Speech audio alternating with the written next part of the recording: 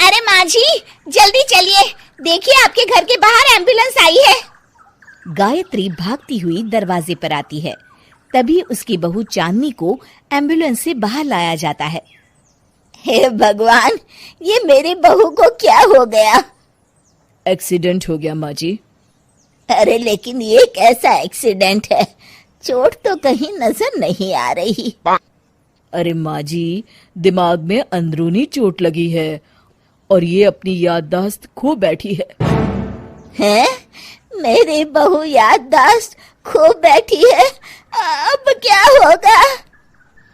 अब फिक्र मत करिए, बस इनका अच्छे तरीके से ख्याल रखिए। मैंने दवाइयाँ दे दी हैं, अब मैं चलता हूँ। अगले दिन। अब तेरी तबीयत कैसी है बहू? बहू? किसकी बहू?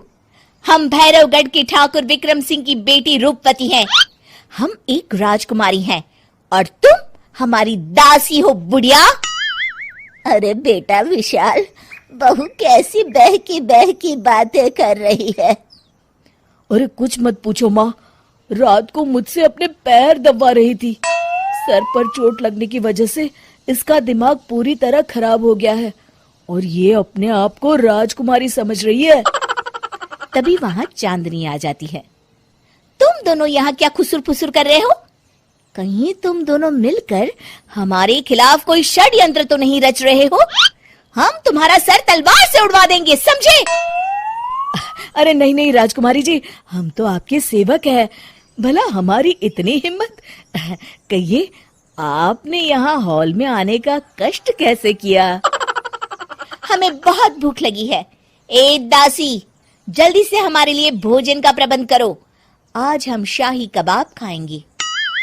विशाल अपनी माँ को चांदनी की बात मानने के लिए इशारा करता है। ठीक है राजकुमारी जी, मैं अभी आपके लिए भोजन लेकर आती हूँ। इस तरह विशाल और उसकी माँ ना चाहते हुए भी चांदनी की जी हजूरी में लगे रहते हैं। लाओ माँ, जल्दी से मेरा टिफिन दो, मुझे देर हो रही है। अरे ठहर जा, जरा दम तो लेने दे मुझे। सारे घर का काम मुझे अकेली को करना पड़ता है। तेरी बीवी तो राजकुमारी बनी बैठी है, सारा दिन हुक्म चलाती रहती है। अरे माँ, मेरा भी तो यही हाल है। फिलहाल तुम मेरा टिफिन दे दो, मैं चला। रुको, कहाँ जा रहे हो? अरे मर गया रे, ये कहाँ से आ धमकी? आज हमारा जुहू चौपाटी घूमने का मूड है और हमें अपने लिए नई साड़ियाँ भी खरीदनी है। चलो जल्दी से अपना वाहन निकालो और हमें ले चलो। अरे अब तो मैं गया काम से। अगर आज मैं वक्त पे ऑफिस नहीं पहुंचा तो मेरा बॉस मुझे नौकरी से निकाल देगा। मरता क्या न करता।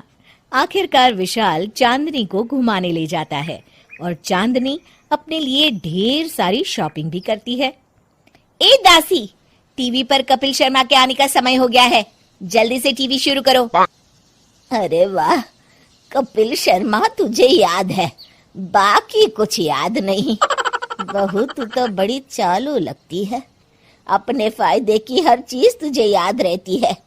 मैं तो तेरी इस अजीब बीमारी से परेशान हो गई हूँ। अगले दिन। अरे डॉक्टर साहब, आप इतने दिन से मेरी बहू का इलाज कर रहे हैं, लेकिन उसकी बीमारी तो सुधरने के बजाय और बढ़ती जा रही है। अरे माँ जी, ये दिमागी बीमारी है।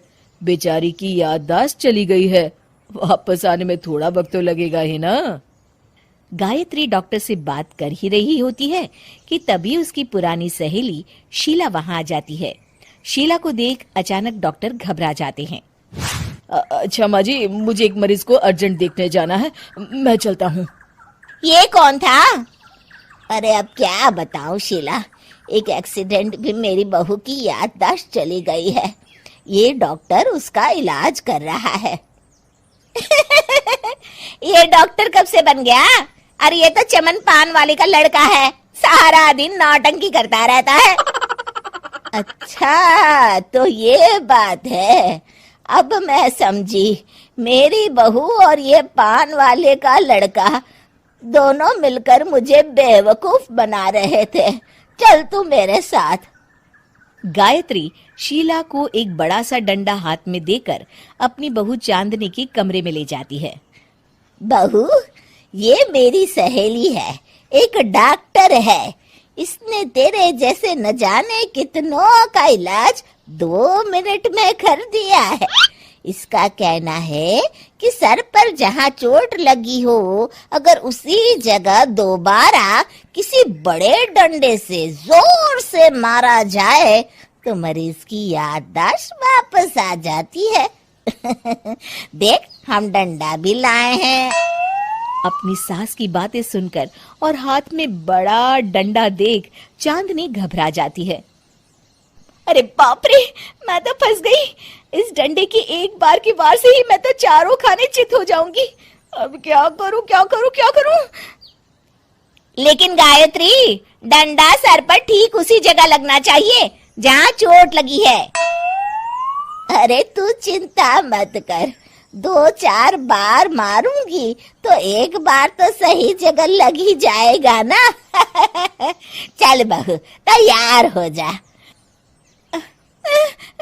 अरे नहीं नहीं माँ जी, मुझे मत मारिए। दरअसल घर के काम करने से बचने के लिए मैंने ये सब नाटक किया था।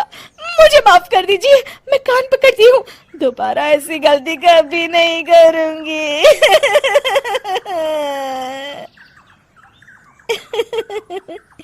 क्यों दोस्तों, कहानी कैसी लगी हमें जरूर बताइएगा।